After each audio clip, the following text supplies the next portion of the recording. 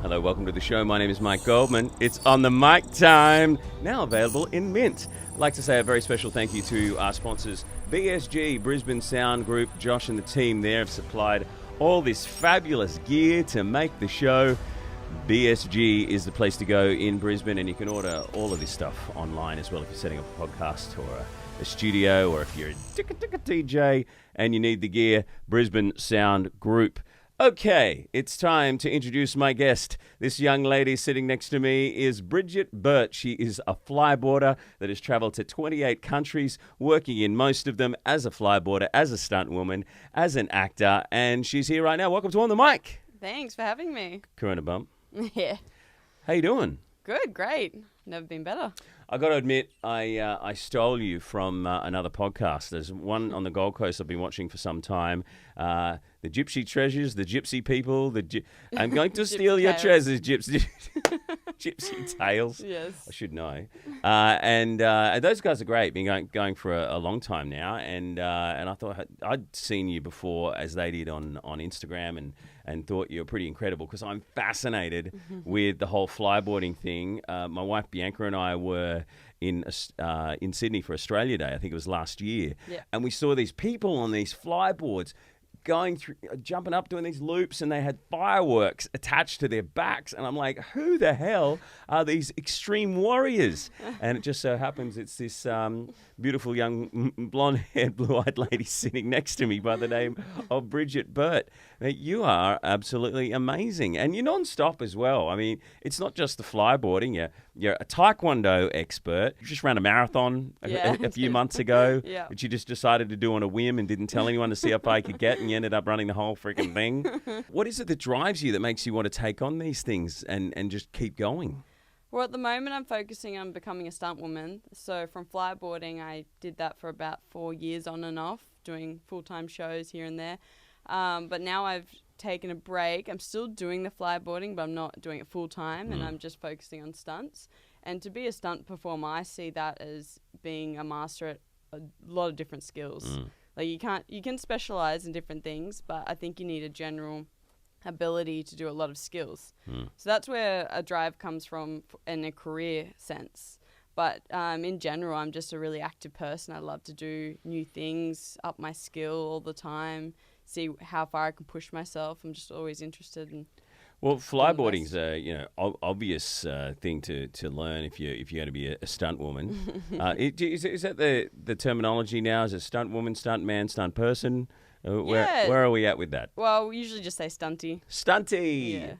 Yeah. So being a stunty now, after being a flyboard warrior, but I mean I guess you still do that. Have you had any injuries? From stunts, yeah, all the time. Like every week I've got a new injury, but it's not a serious one. My serious injuries have been from flyboarding or from other extreme sports that I've done. What have you done flyboarding? Broken my ankle. I've hit my face on the bottom of a pool. I have hit my head and hurt my neck for 6 months. Ooh. But you still went back to it? Didn't turn you off? Absolutely. I think if you get hurt doing something, you know you made an error, but you just need to know what you did wrong and then get back up there as soon as possible. The first time I had to go at flyboarding, it was the Spit on the Gold Coast, and it was a present for my birthday, or someone got that for me. I thought it was just the coolest thing. I was hopeless at it because I'm just like flinging all over the place, and all of a sudden I went too close to the shore and flicked backwards, and the jets went all over about 10 people and knocked them on their asses. Yeah. It's got to be pretty dangerous. Have you heard about some other people that have hurt themselves really badly doing it? Absolutely. A lot of people do knee injuries. One of my good friends, he actually broke both his knees in a competition. And I've had know other people who have hurt their necks and stuff. But that's usually when you're competing or if you're in an unsafe area. for people that are just doing out in the ocean, it's pretty safe because you've got less power. You're not really doing tricks and stuff. It's only when you start doing tricks and you're in an unsafe environment that it becomes dangerous. I saw you at the Big Boys Toys Expo in Cairns, and you had this huge pool. It was just there for you. Yes. You got this remote controller in your hand, and you were just doing backflips and twists and spins. When I first saw the video of it, I thought that's not real. I thought it was some sort of weird, freaky animation from a Marvel movie. But that pool had an inflatable barrier around the sides in case you hit your head. Is that made just for you? Or this pool is just for flyboarding, but it's probably the most unsafe environment I've flown in. Really? Just because it's 10 by 15 meters and it's 1 meter depth. Yeah. So as a flyboard, I go up to 21 meters high. Jeez. So if there's a mechanical fault, that can be very Does dangerous. that happen? It does happen, but it's very unlikely. Same with like when motocross riders ride their bikes. If they're going to do a jump and there's a mechanical fault, then in midair, it's going to end What kind of mechanical fault? Like the jet cuts out or it doesn't turn a certain way it's supposed to? So if you're doing tricks and you push the jet ski to flip sideways, it sucks up air. So the air obviously comes out your boot, so you fall. Right. Otherwise, there can be remote, because I've got the remote, there can be a connection problem. Yeah. There can be a wire problem. Yeah. You can turn off the jet ski or turn off the remote control. But yeah, we just make sure we're really on point with our maintenance. And when I'm flying in an environment like that, I just dial it down a bit. I don't go full out. I just make sure I'm you can't. Because, normally you see those things are out in the ocean. Yeah. Or you're like down at the spit. You're not allowed to go anywhere near the shore. Yeah, Even though I did and almost probably killed some people. So doing it in a pool like that is very dangerous. Yeah, and even to take off, we can't actually take off in the water. I have to sit on the edge and I have to quickly blast myself and then get balanced. Yeah, because you can't even kneel in that pool. But yeah, so that's probably the most unsafe environment. In my other shows, it was a lot safer. It was about 2 meters depth, so we could start in the water and we had more space around ourselves. So yeah, it's just adapting to your environment. And what's some of the reactions, like the little kids when they see you up there? It's Jet Girl, look at her go! It's so funny. I think Iron Woman. We had a reaction on the weekend where it was, I came down into the water and then there was a kid yelling, "That's a girl?" I was like, "Hi guys, yes, it's a girl." But they were absolutely blown away by like the height that I was going. Yeah. The tricks were really impressive, but I think more the height and to do with the space I was in. They were like, "Wow, that can go really high." Yeah. So you've competed in flyboarding. Yes. And so didn't you get to world champion? Yeah. In 2018, I did Poseidon Games, which was an international competition, and that was held here in Australia and Gold Coast.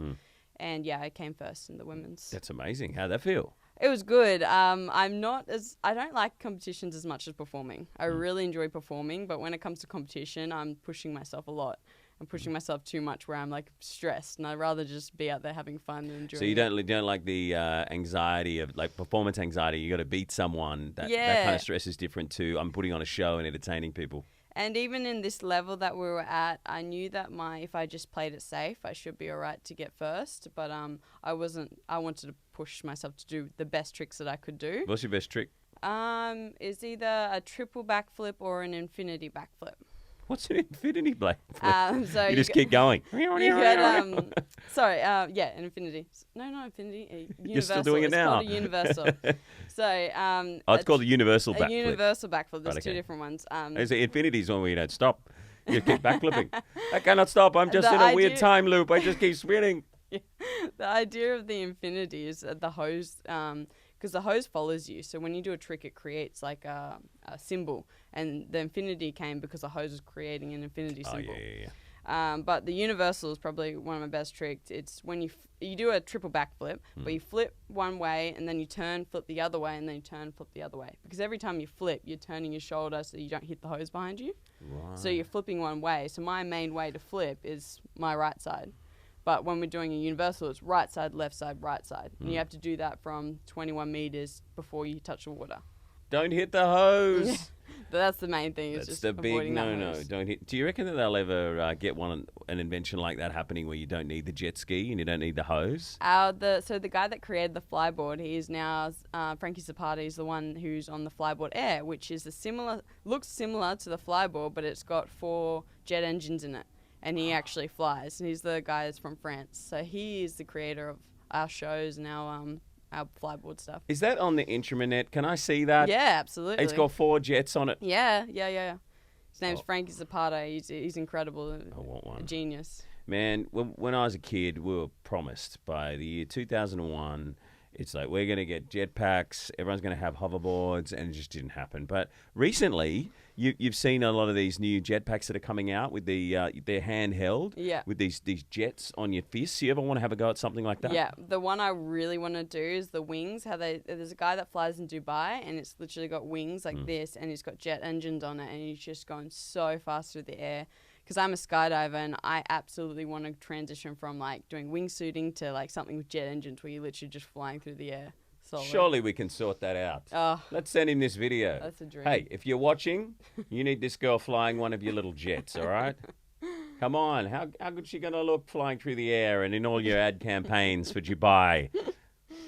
That's cool. Yeah. Did you see in the news the other day, because you can buy these handheld jets, and at Los Angeles airport, they spotted someone who obviously just bought it, was flying alongside a commercial passenger airliner. And the control tower was talking to an American Airlines jet and said, Control tower, we've got a man in a jetpack flying alongside us right now. No way. You might want to alert your authority. Tower, American 1997. We just passed a guy in a jetpack. That's insane. That's probably why they're not letting us buy this stuff so freely, like in Australia and a lot of other countries. I'm amazed that with all the drones that are out there and the jetpacks that it hasn't come into commercial airspace more, and there haven't been more issues with that. Yeah, kind of thing. yeah. I'm thankful, because as soon as people start doing that, there'll be way more restrictions. You got to have a go. You got to have a go at the jetpack. We got to see you doing that. I mean, that's probably going to be the next level of the competitions that you do. Oh, that's a dream. I just watched another guy that did a similar, well, not similar stunt, but it's another dream. I think it was Tom Cruise. He was the one riding a motorbike off a ramp, and he goes off and he starts flying for a bit, and then he pulls a parachute. That ultimate stuff of like driving something and then flying is just absolute dream. You do that. That is why I'm getting into stunts, to be able to do that. You are crazy. Well, there's filmmakers out there that are watching you right now, because I've had the Sanctuary Film Festival for the last 7 years, and we have a stuntman category. The guy who wins it every year, he's one of the most amazing stuntmen ever. He's like in Mad Max, swinging on the poles and on all that kind of stuff. He's going to be there, and a lot of other stunties come to the show, so maybe we have to get you along to that. But if they're watching right now, any filmmakers, here's the girl for you for your next movie on the Gold Coast. And you must be so excited with all the films that are coming here. We've got The Rock's life story is being shot here. I think there's Monster Problems just finished being shot here. My mate Dan Ewing was in that. He got a role, from Home and Away. Dan Ewing. And now, right now there's another Marvel movie being shot down at Movie World. Yeah. So are you trying to get in and get a hand in some of those ones? At the moment, I have to wait, because I was overseas training for stunts. I had to come back to Australia due to COVID, and I had to submit my requirements last month. So I have to wait for my requirements to be approved to say, yeah, you're certified to do movies and stuff. Right. So because I was working towards the British Stunt Register, which was a certificate for a work in the UK. Yeah, right. But so now I've just... What are the restrictions like with the UK at the moment? Can you just leave Australia? I don't think you're allowed to leave Australia, are you? We are prisoners once again. I'm a dual citizen, so I'm able to go either one if that's my residency. Yeah, right. So yeah, I was in the UK, but then when everything happened, I was like, Australia's the best place to be right now. Yeah. Well, I hope you score some of that stunt work that's coming to the Gold Coast. There are so many movies that are going on with Netflix and Amazon Prime and Foxtel are shooting their stuff, and Stan. I mean, we've got even celebrities from Melbourne and Sydney that are in quarantine right now up here for TV shows that are being shot, like Holy Moly, the big US TV shows being shot up here, and even Who Wants to Be a Millionaire with Eddie McGuire's moving up here, and Hard Quiz with Tom Gleeson, and so many shows. Not that you'd have to do stunts in those kind of shows, but but it's exciting to hear that the industry is getting bigger. It's going nuts up here in Queensland. But you weren't born in Queensland though. You grew up in Port Macquarie. Yes, correct. Yeah, right. What was that like growing up there as a kid? Were you as extreme as you are now? Yeah, well, actually, sorry. Technically, I was born in Manly, Sydney, but I grew up in Port Macquarie. Oh, you're right. Why'd you move there? My parents moved there. I don't know. They just wanted a change of scenery. I'm not sure what their reason was, but I was about 7 years old when I moved there, so I classified that I grew up in Port Macquarie. Were you quite an independent kid, or did you? Absolutely. So, yeah, my mum brought me up to be very independent. Didn't get any silver spoons handed to me. I was pretty crazy back then. I don't know if I got that from my dad because he was pretty into adrenaline stuff as well. But my parents, they pushed me to do stuff on my own, and that's what made me, I guess, like have the courage to go out and just think of what I wanted to do, what I wanted to be. I did muck up a little bit as a kid just because I didn't really have any boundaries. What did you do? How naughty were you? Did you kicked out of school or what? No, I would get in a lot of detentions, a lot of Saturday detentions and afternoon detentions. That's the only time I went to school. And there were times where you'd hang around the wrong crowd and then you just end up being like sneaking out at night and just doing simple, not serious little. There's so much to do at night in Port Macquarie. Where you sneak out to Fantasy Glades.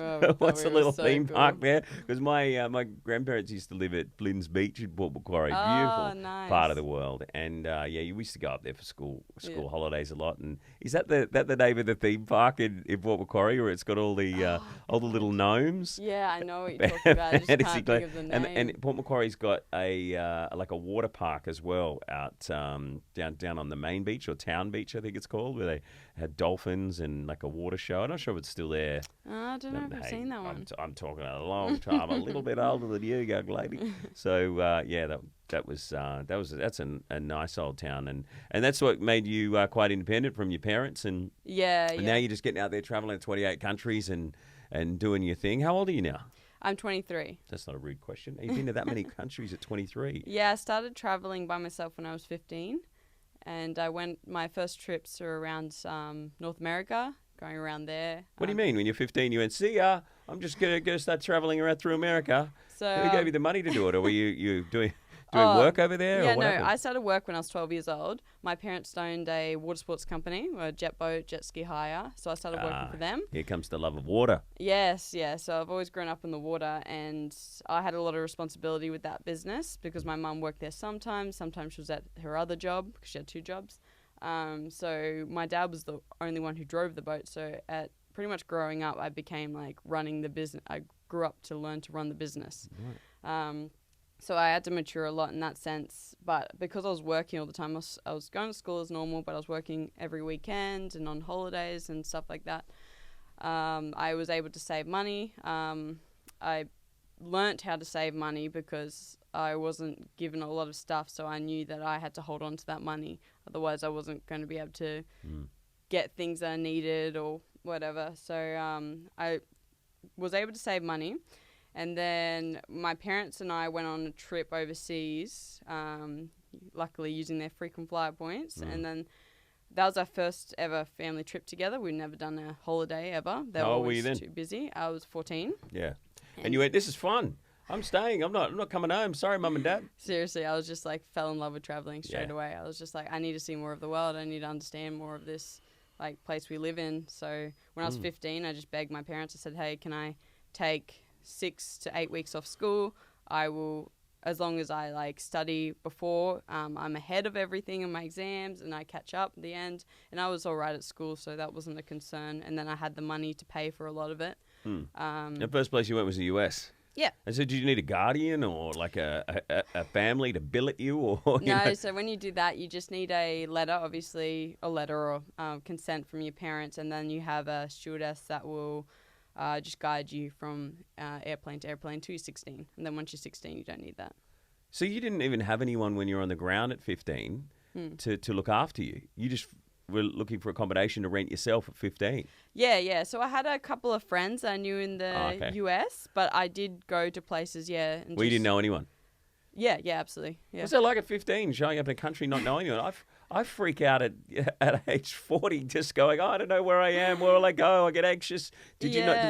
Was it more excitement for you rather than freaking out in those new countries by yourself at 15? Yeah, I was pretty confident with looking after myself because I'd done trips to Sydney and things like that by myself for a week, staying in our own accommodation. The whole reason my parents let me do this is because my mum was an orphan from Brazil and she never had parents. She, at the age of 12, whatever, left the orphanage and was on her own looking after herself. So she brought me up in this similar sense, how you just need to be able to think for yourself and look after yourself. Unlike a lot of kids that go to an expensive school and their parents never let them leave the house and give them money whenever they need it, and they only ever end up staying at home. Yeah. But you know, you became independent and did your own thing at an early age, and it's obviously helped you. So you attribute that success to your mom. Yeah. I mean, as a kid, I always felt a bit like neglected, and I felt like a bit upset because I didn't have the close family knit that all my friends had and stuff. But as I look at it as being older, it's helped me so much to be where I am. Yeah. They love you and they're pushing you out there to do your own thing because it's good for you. Yeah, yeah. Got to teach you the hard road.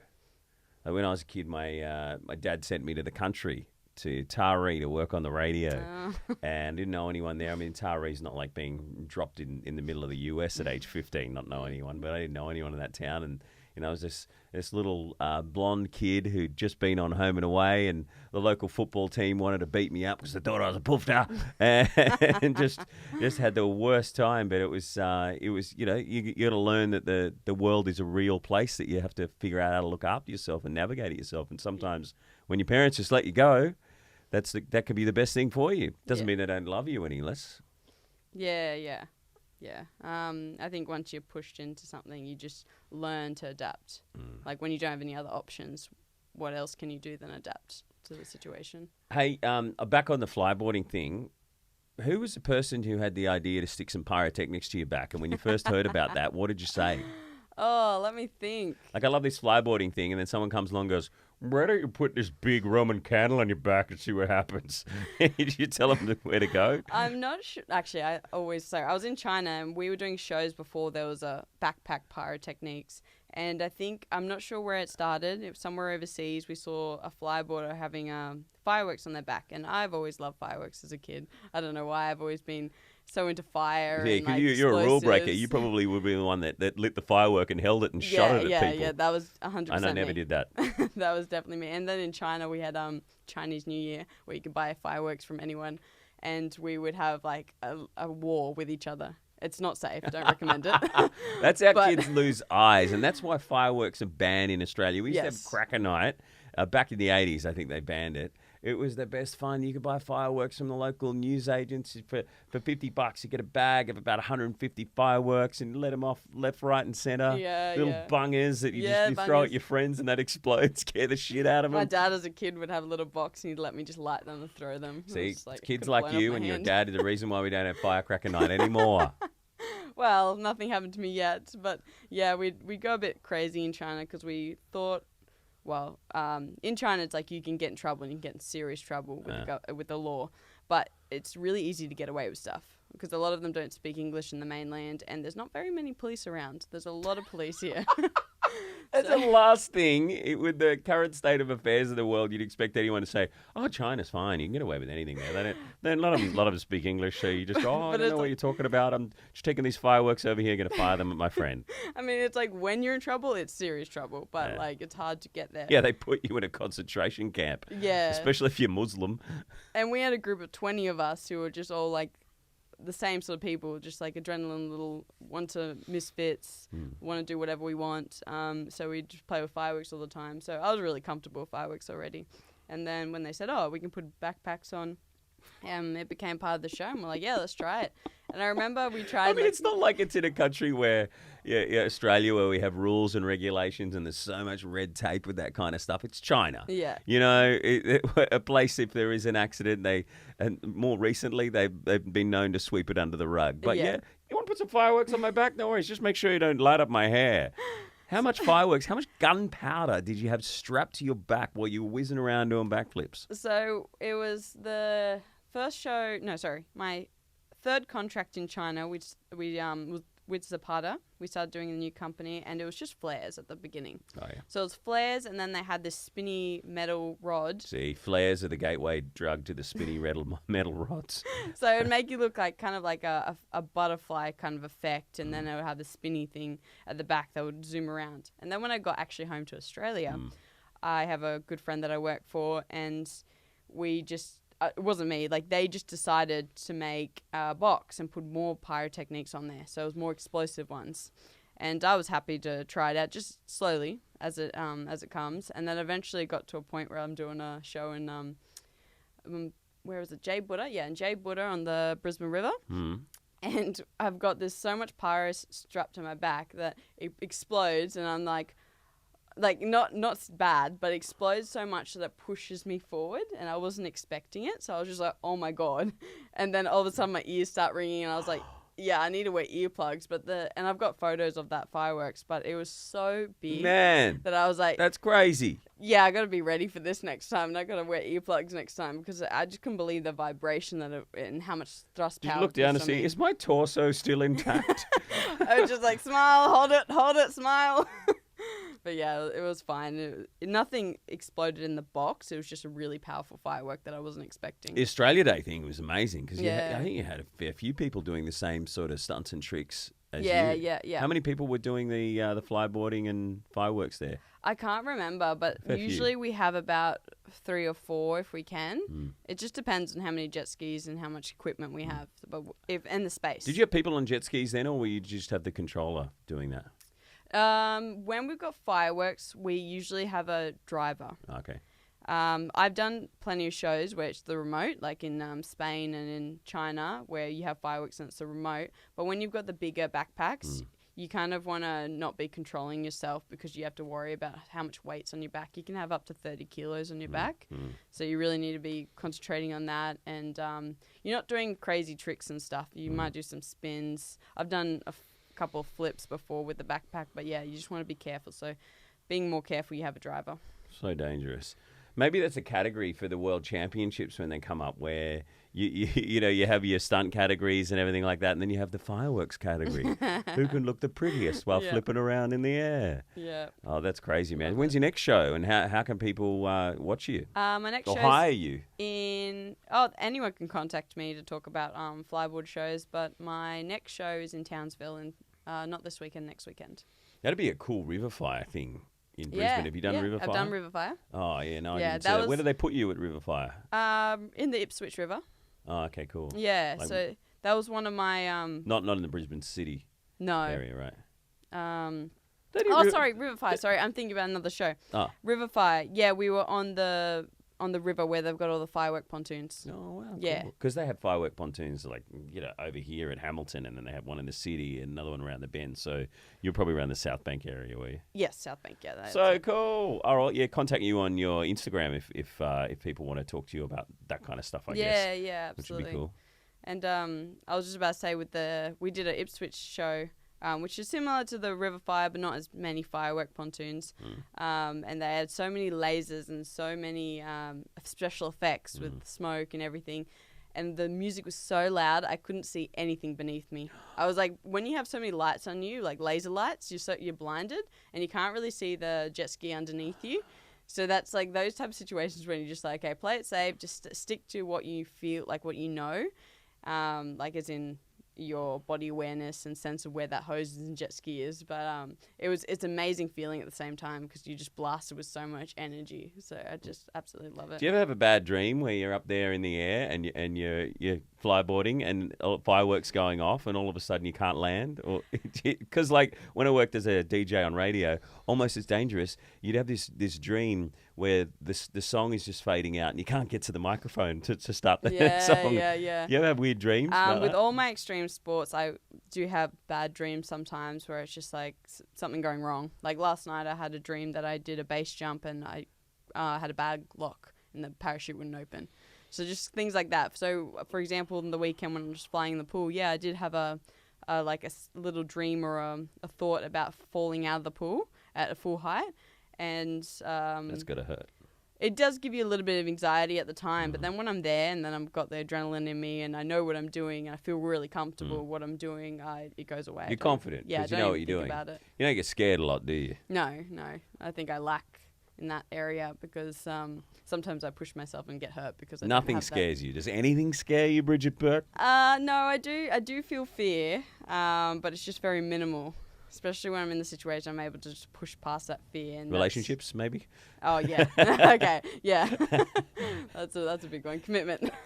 Yeah, but are you in a relationship at the moment? No. No, she's free and easy, baby? Yeah, I want to stay that way for a bit while. Yeah, especially when you're traveling so much and everything. But then again, Absolutely. Corona time, hey, I'm going to be around for a while. Why not? Anyone's keen. Yeah, nah. It's more just I don't want to have any other influences. I just No distractions. just want to be able to focus on what I want to do and not have anything in the way of that and be able to travel. You've got a pretty hectic schedule because, I mean, obviously, you're doing the flyboarding, you're a stunt woman, you're taekwondo, and so many other things that you do. How do you get all this energy? What keeps you going? Adrenaline, obviously. A lot of food and a lot of naps. You worry about your diet? Like, do you do your own training, or is it all the extreme sports you do training in itself? Did you say my diet? Sorry. Yeah, yeah, my diet. And training. Yeah, with my diet, it's fine. I just eat a lot. Like, I'm eating all the time a lot, just making sure I'm getting enough, like, protein. I eat pretty much vegetable-based, but I try and make sure I'm always getting enough protein to give me energy, making sure I get around 8 to 9 hours sleep every night. I do struggle with sleep sometimes, so that's when I have to take naps in the day. But with energy, I do get tired. That's probably my biggest thing is fatigue. And being pretty much vegetarian, eating meat sometimes, I do lack in vitamin B12, which creates fatigue. But I just make sure... I did that. I went veggie for a while and my energy levels were crap. I mean, I don't eat as much meat as I used to because as a kid, you're given bacon and eggs for breakfast, you're given chicken for lunch and roast for dinner, and all that meat. I mean, maybe when you're growing up it might help, but it just weighs you down. And I feel so much better since I'm only having it once every few days. Yeah, I can't eat a lot of meat because that's what it makes me feel. It makes me feel like sluggish, and I don't want to move as much, and I'm just tired again. So it affects you both ways. I just make sure I'm getting enough vitamin B12 supplements, and I'm on top of that. There you go, Blackmores, if you're watching. There's a vitamin B ad for you right now. This girl fringing around in the air with fireworks, flicking off her doing taekwondo, and try new Blackmores Vitamin B. I'm Bridget Burt. You can be like me. There you go. See, we'll get your sponsor. I'll send that to them. Awesome, great. Maybe they'll sponsor our show too. Hey, tell us about the taekwondo. How advanced are you with that? I should be a black belt right now, but because of COVID, I wasn't able to do the grading.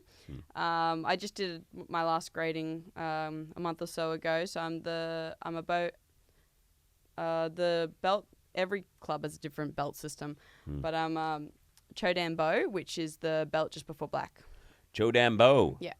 Cool. I wonder which one of these Chodan Bo is. Have you seen any of these movies?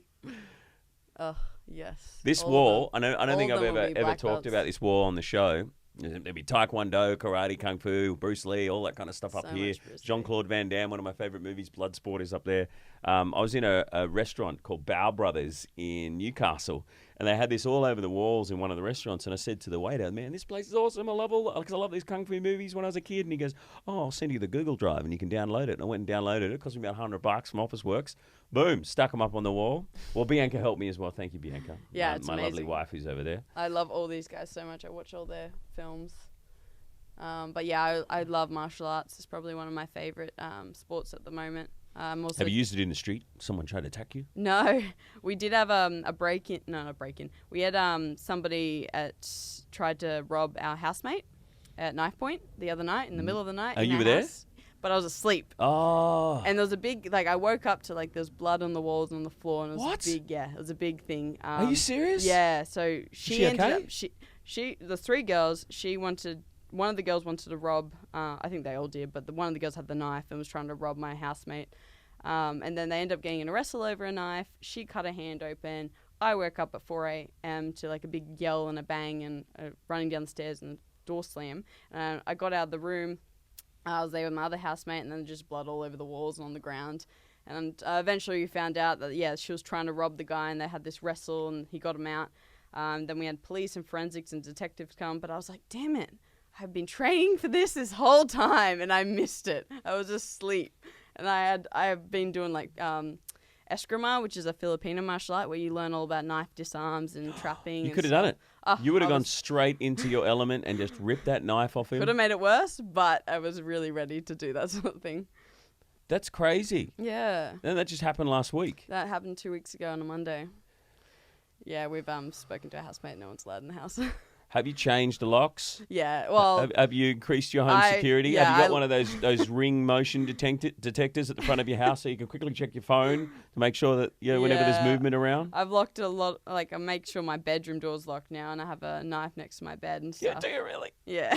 Don't tell people that. Because if anyone's watching right now, they're going to be going, oh, she's got a knife next to her bed. We've got my door's locked. We've got to get the knife. And when you get home, move the knife under your bed. Probably put it right. behind your pillow or... Oh, yeah, I got a new weapon. Have you ever done nunchucks? Yeah, I've started doing a little bit of nunchucks. How cool are nunchucks? They're so good. Man, when I was a kid, that was one of the things that we did. We went down to Bunnings and we buy a broomstick and we get a little a bent nail and a little bit of chain. And we went home and made our own nunchucks.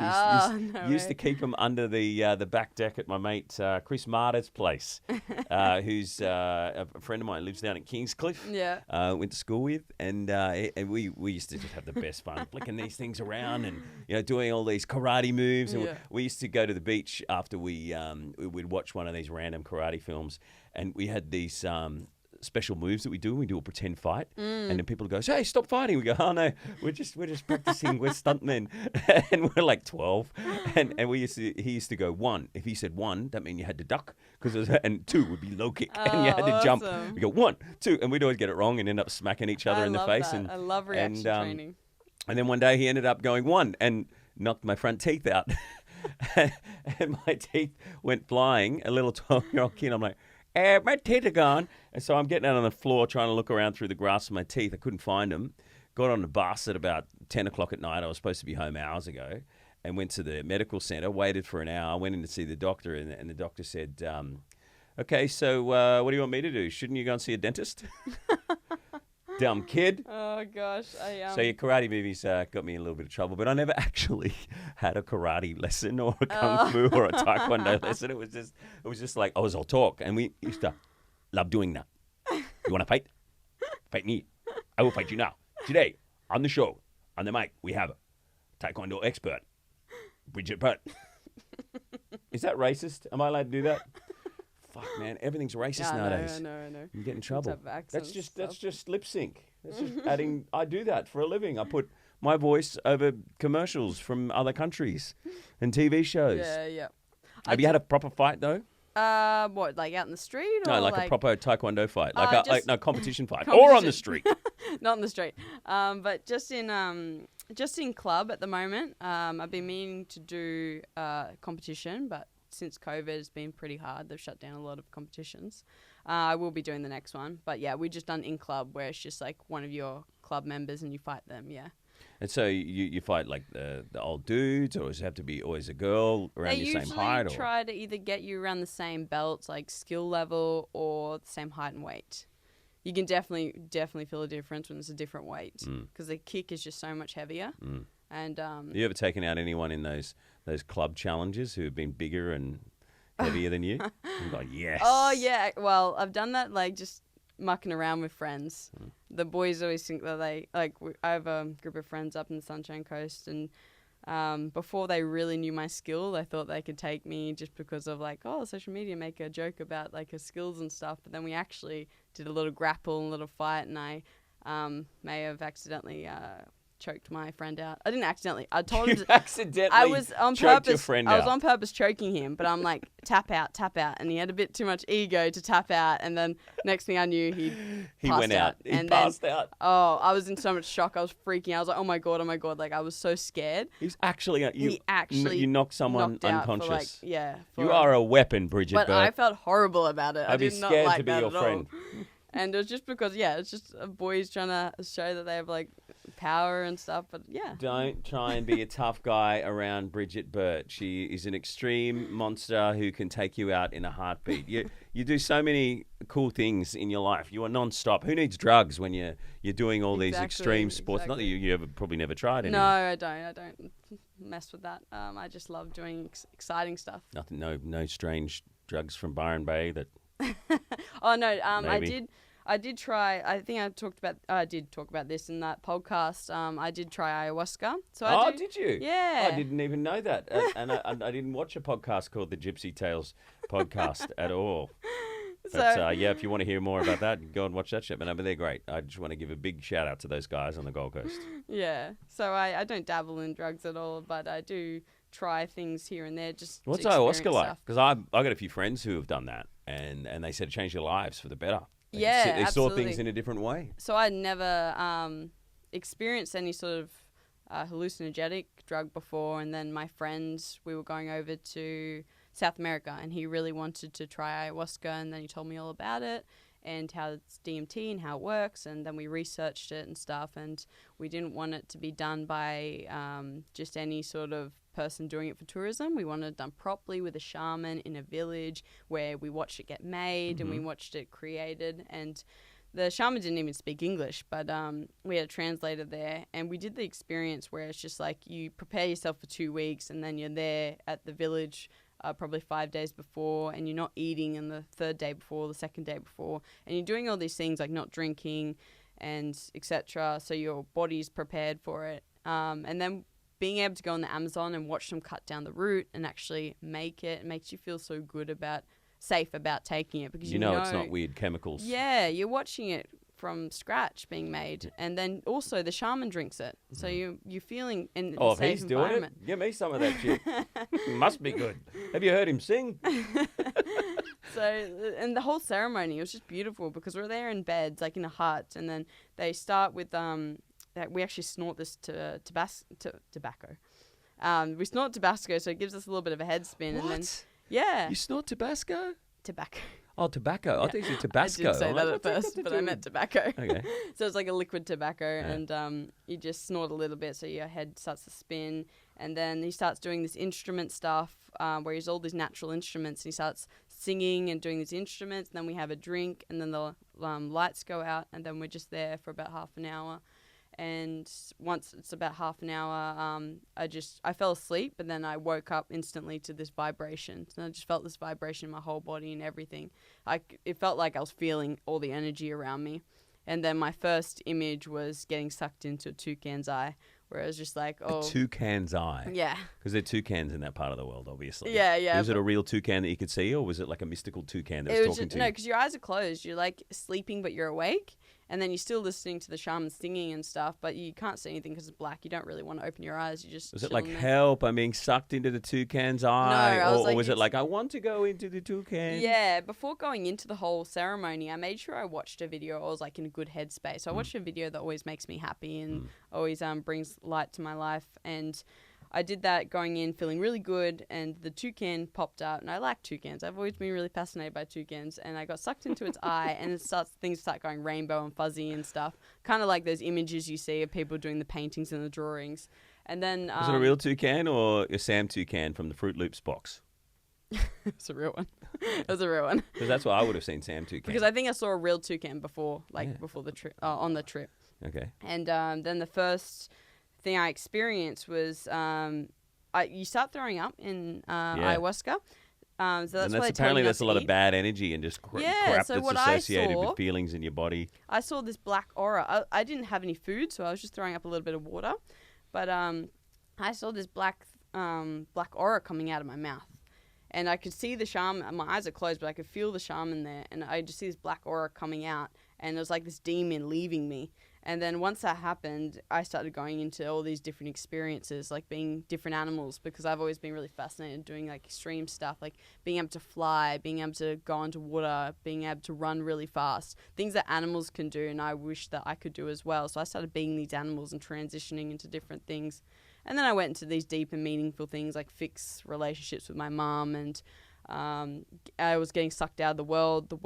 Everything was still vibrating, and then all of a sudden everything went still, and then you just feel so insignificant, like like all the problems out there are so insignificant. And you realize how big the universe is. Yeah, that's kind of what it is. I've heard a few people say the same thing. Yeah, so it's I've found that too. It's either people have a bad trip and they get into scary stuff, or they have this great trip and they're seeing how the universe is like whole and together, and we're all here as one unit, and there's so much energy and rainbows and things like that. And did it change your relationship with your mum?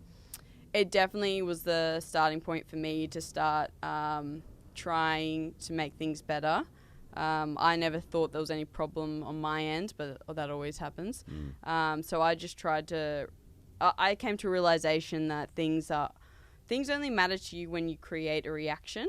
So when you decide to feel something about something that's happening, like the most horrific thing could happen, but if you decide to feel bad about it, then yeah, it's a horrific thing. If you decide to feel, oh, this is a positive thing, then you feel okay about it. So that's when I started to realize, yeah, my mum did all this stuff to me growing up, and it was really hard, but it's made me who I am, so I'm going to take that as a positive, and I'm not going to react badly to that, so I'm going to go create a new relationship with my mother, and since then it's started to be better and better. That's crazy, man. Yeah. I heard that they're doing it in Byron Bay, and it's like some synthetic ayahuasca. Yeah, I would not 100% not recommend that. No. I definitely think ayahuasca is a traditional thing where you need it properly. You don't want to be messing, like you've heard all the things that happen with synthetic drugs, like that's when the things I believe go wrong. It's when you start mixing the chemicals and it's not a real I got a friend thing. who's trying to get me to do it, and I'm like, yeah, maybe I'll do it. And then he started telling me how he can now talk to trees. I'm like, I didn't want to talk to trees. I don't want to get up in the morning and all my plants going, hey, water me. Actually, he said that the plants and the trees make this noise. Oh, wow. And like he will really connected. He will literally walk past a tree and go, look at this beautiful tree. I'm like, dude, that shit's still in your system. Sure I would want to be doing that. I don't know what your shaman was singing to you, dude. But it was the talk to tree songs I'll be doing. Bridget, we could talk for hours because you got such an incredible life, and I'm sure that there's so much more ahead for you with all the movies and the stunt work that you're going to be doing in 28 countries now. I'm sure it's going to be 50 by the time this COVID thing lifts and you can get out there and do more stuff. So please come back and have another chat for sure. Absolutely. And good luck with everything that you're doing. Thank you so much. And people can find you on Instagram. Probably is that the best place to reach out, or is there a website or something is the best place to track you down? No, Instagram at the moment is probably the best place. I do have YouTube, but that's just showing a little stunt reel and stuff. But yeah, mainly Instagram is where people can contact me. Excellent. Bridget Burt, extreme sports legend, stunt woman, flyboarder. Thank you so much for being on the mic. My name is Mike Goldman, and hey, follow me, subscribe, like the show. If you share it, we'll love you forever. We've even got prizes for people who share that we give away all the time. Like T-shirts. I've got a few Big Bro Show T-shirts left over, so if you're one of those. Awesome. Bottles of Goldman wine, which are a few of those left over from our film festival. I want to say a very special thank you to Brisbane Sound Group for supplying all the gear and helping us do this spectacular show. AustralianOnlineNews.com.au, thenational.net.au, and the wonderful people at Online News Media who help us do this incredible show. Well, I call it incredible. It's my show. We do a lot of shows there. But they also supply Brisbane Studios.tv. So in Edward Street, Brisbane City, there's this incredible podcast studio where you can do shows just like this one here, which you can also hire. We've got Source Connect and a voiceover booth. And if you want to make TV commercials, infomercial presentations, or just some sort of corporate presentation, BrisbaneStudio.tv. The address is on the screen. Thanks for watching. Catch you next time.